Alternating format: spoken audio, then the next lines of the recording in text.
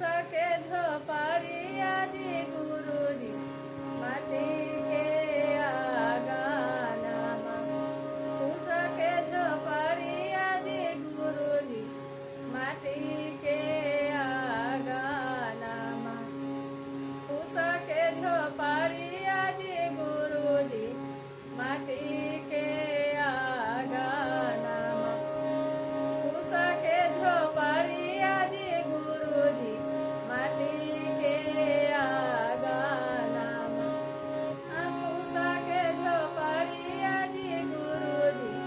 माटी के आंगनमा सके झोपड़ी आजी गुरुजी माटी के आंगनमा सके झोपड़ी आजी गुरुजी माटी के आंगनमा सके झोपड़ी आजी गुरुजी माटी के आंगनमा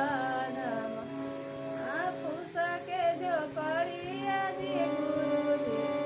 माटी के आंगनमा सके झोपड़ी आजी गुरुजी माटी के आंगनमा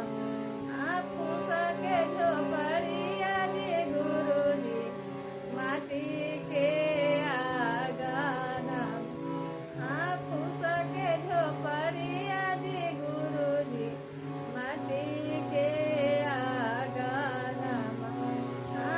सके झोपड़ी आजी गुरुजी माटी के आंगनमा सके झोपड़ी आजी गुरुजी माटी के आंगनमा सके झोपड़ी आजी गुरुजी माटी के आंगनमा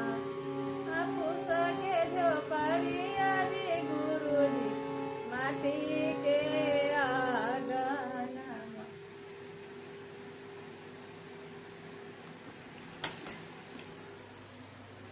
सही है, देखल करे, लाइक कमेंट करते रहे, वीडियो देखते रहे, भला आका गीत सुनते रहे।